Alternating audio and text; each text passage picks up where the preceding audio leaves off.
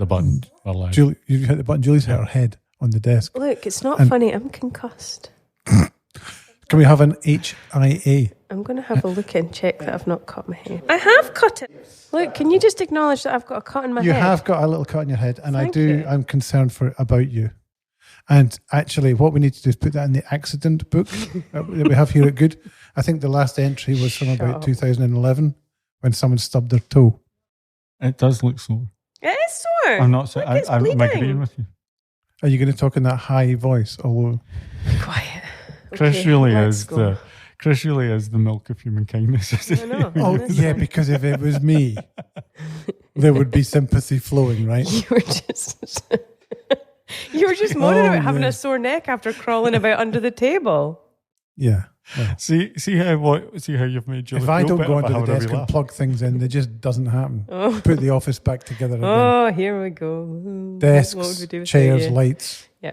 Lights, camera, action. Play the music. Go.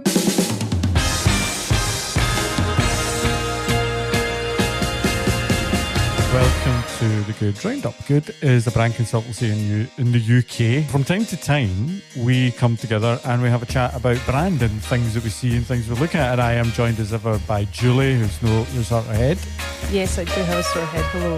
and Mr. Chris Lonsdon. Good afternoon. Good afternoon.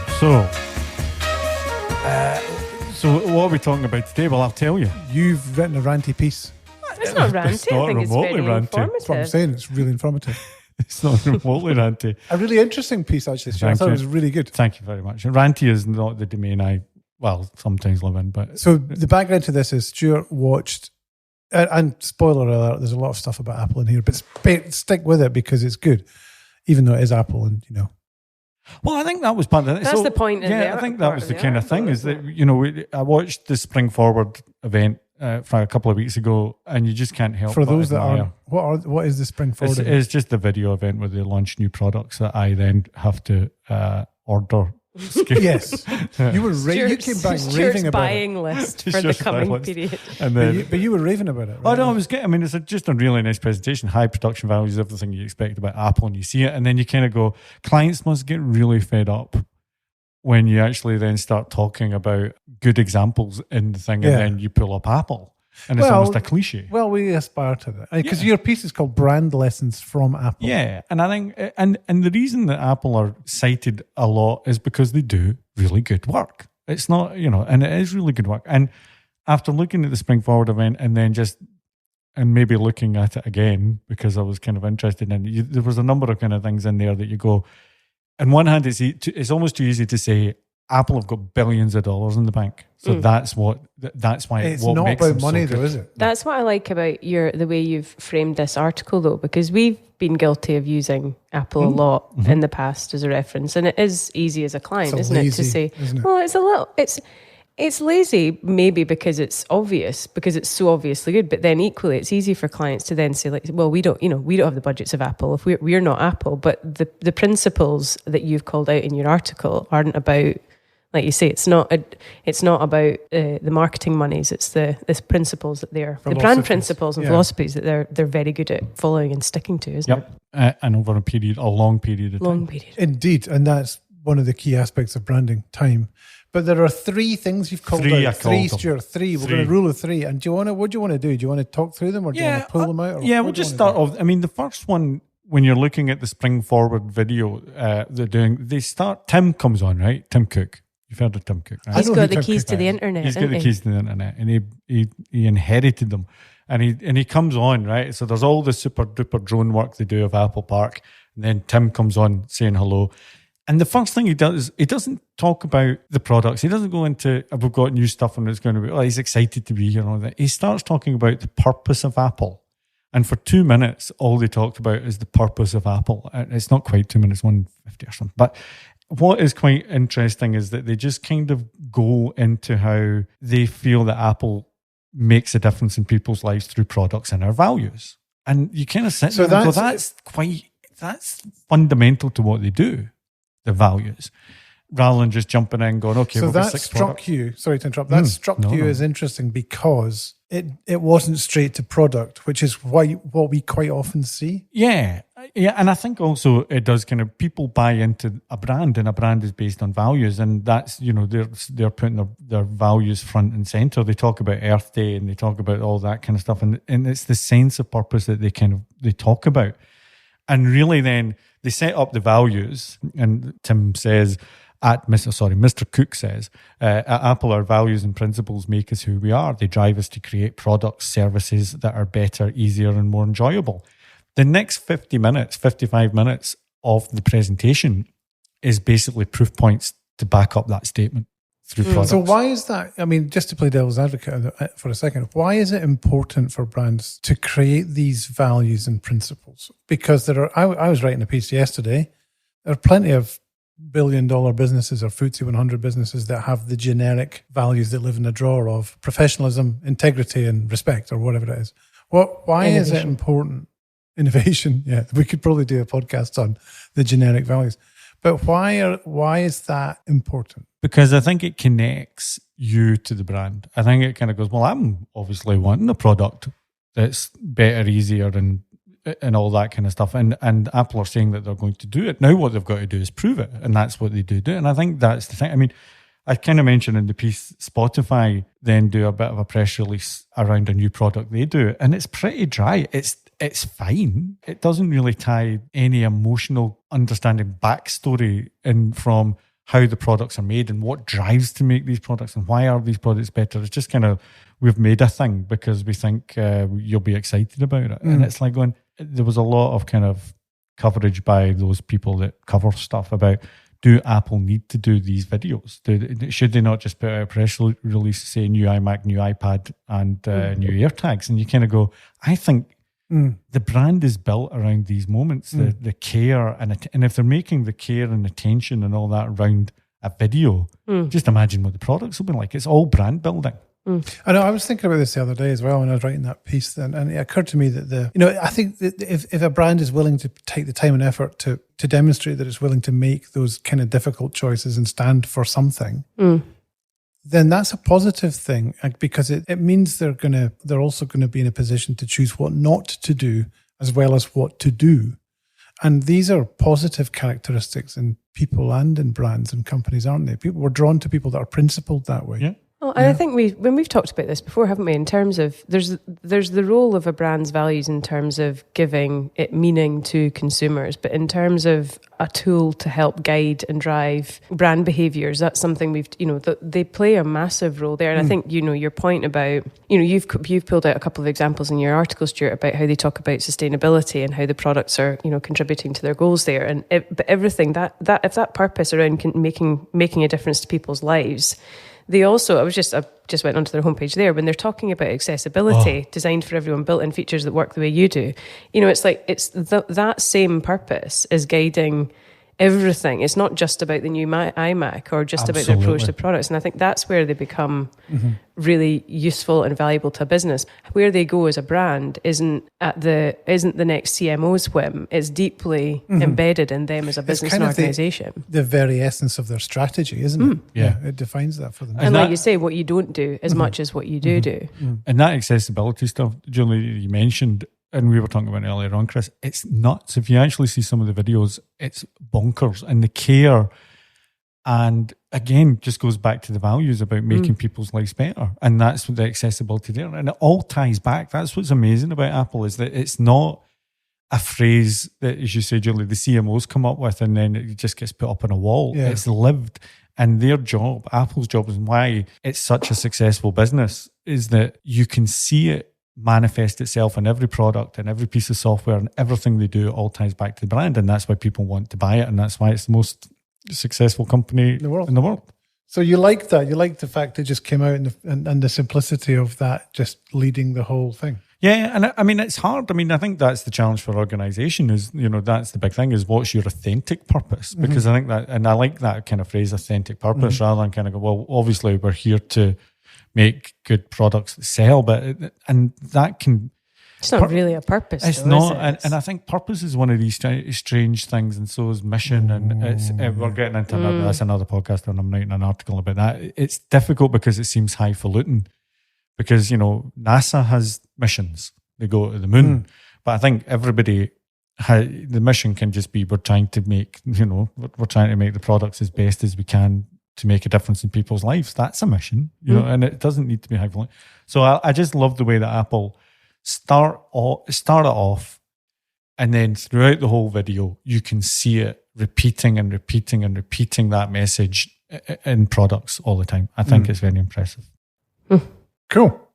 It's like they thought about it, isn't it? Yeah. Which is the first. So which is the first point in your article. Apple being led by purpose.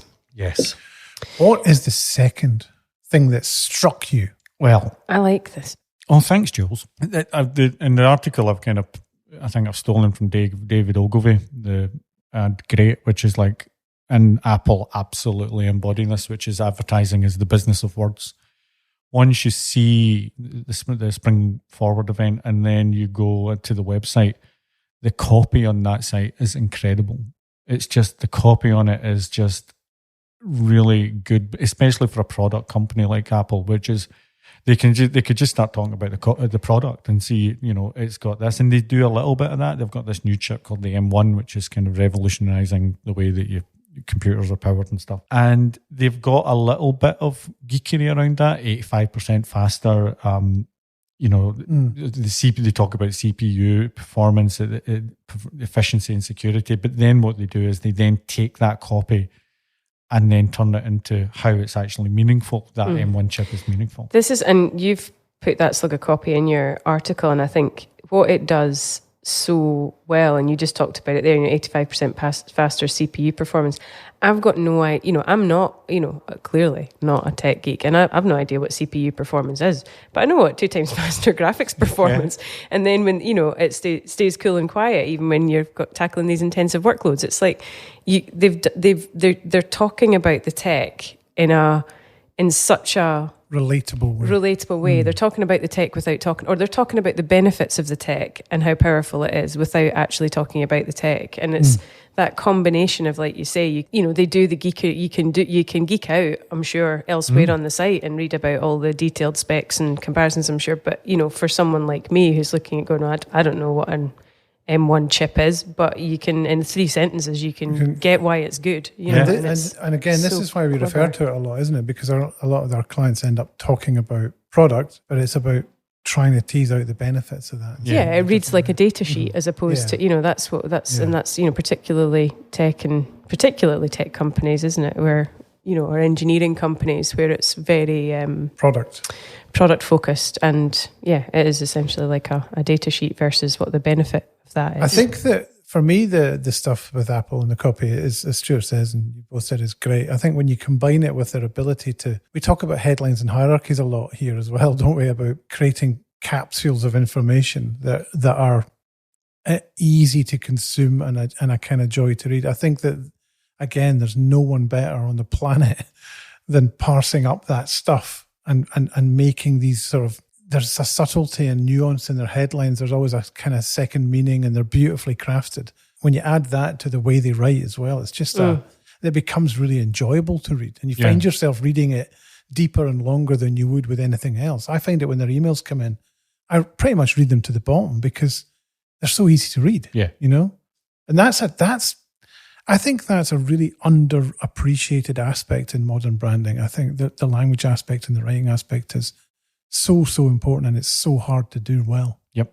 And as I say in the article, it's lovely copy and it seems effortless, but it's so hard working. Rather than Apple, a product company, boasting about how clever they are, they put the customer at the heart of the story. Yeah. And that takes again a discipline. That's something we've been talking about a lot as well. The discipline to do that, to kind of go, no, don't, because it is, especially the M1 chip is a quantum leap in technology, and they could just be very proud of how clever they are in creating it, but they all times pulling it right back to what is the customer benefit of this, as opposed to aren't we clever. And that's I think we've touched on this before as well, about some of the nervousness we see from clients in that kind of technology engineering kind of focused businesses, where it's almost like the simplification of some of that tech speak is seen as a dumbing down of the technology, as opposed to, like you say, it's being able to take something massively clever and complicated and complex and present it in a way, articulate it in a way that is really easy to like you say, really relatable and really easy to digest is really difficult to do. But it's not about dumbing down. It's about making it, I guess, a bit more, what's the word I'm looking for, palatable, approachable, whatever the word is. Yeah. It takes a huge amount of confidence, doesn't it, in yourself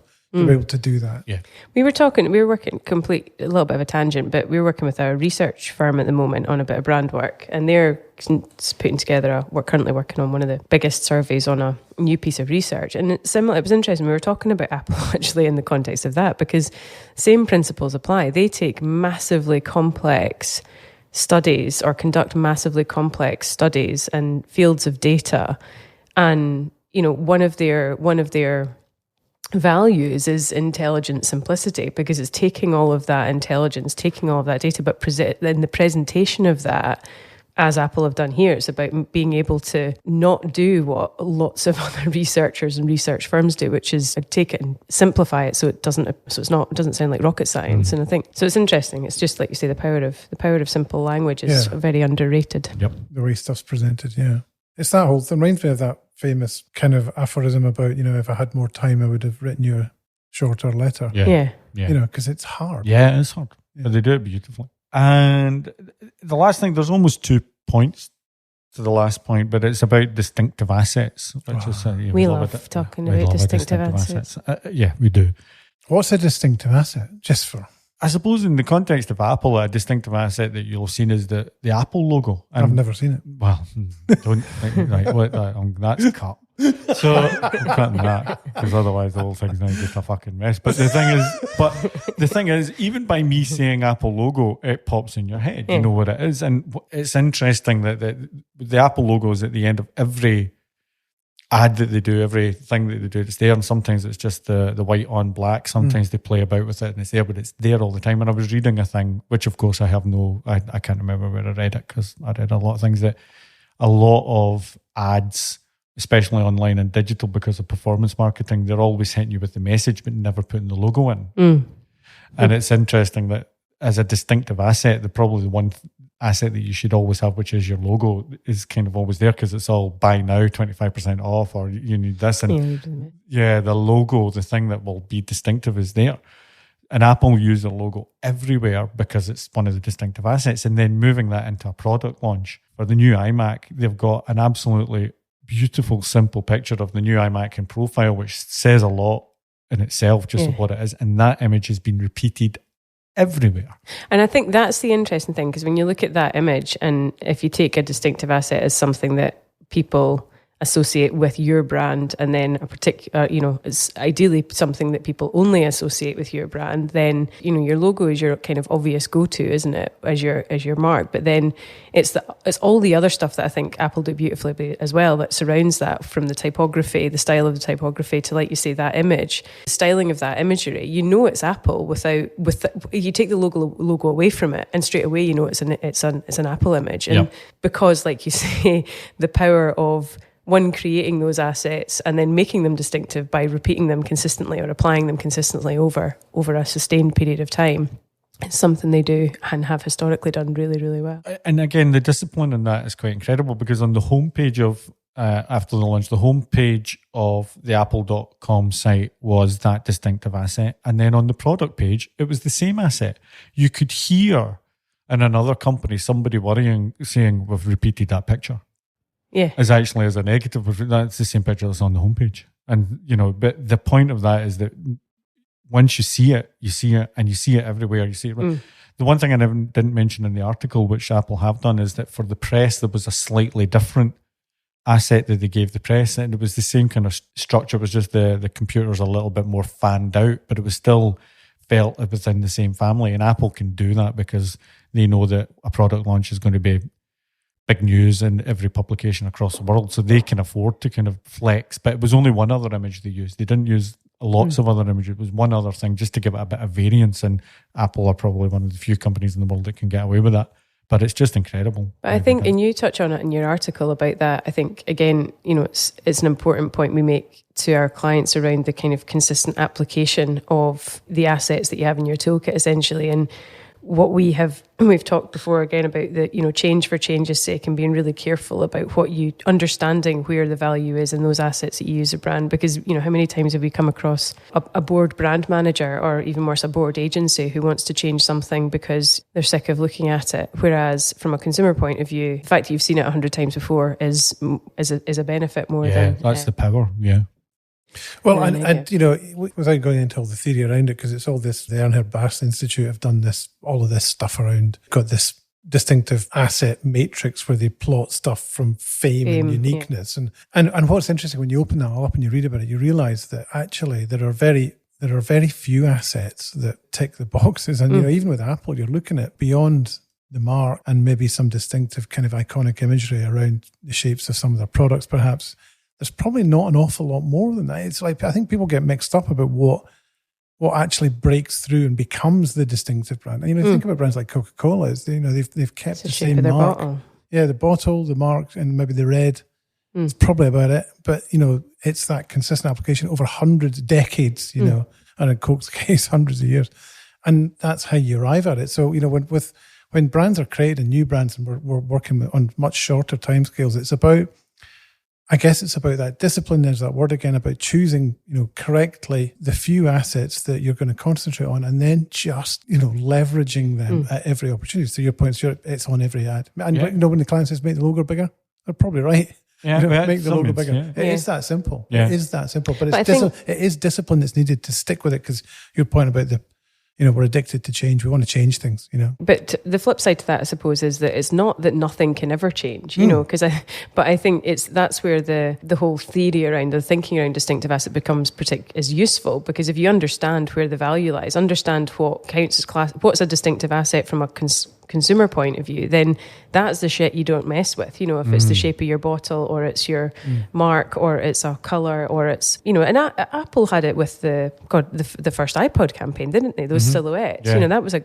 arguably was that a brave thing to move away from, because it was such a distinctive asset that was. But anyway, that's a kind of side point. But yeah, understanding where the value lies, and then investing in those things consistently and applying them. And not only that, but that.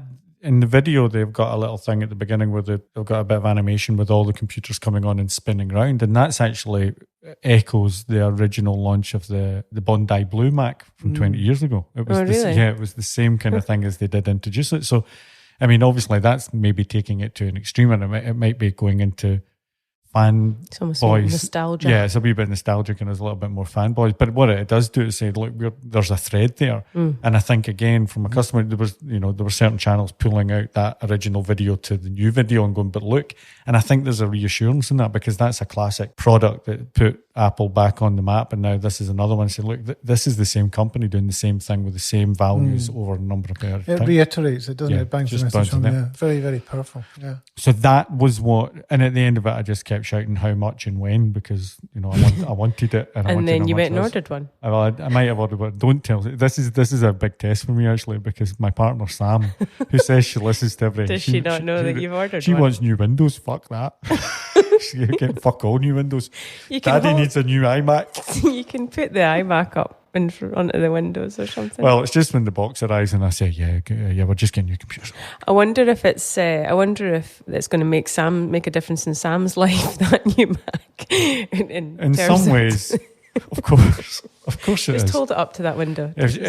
I'm just waiting to hear a noise of a glass being dropped in the kitchen, and then I'll know that she's actually listening to the podcast. She says she listens to it, but she doesn't know I'm getting a beautiful, beautiful, beautiful 24-inch iMac. What colour did you get? I got a blue one. Oh, that's nice. I got a blue one, 16 gig RAM.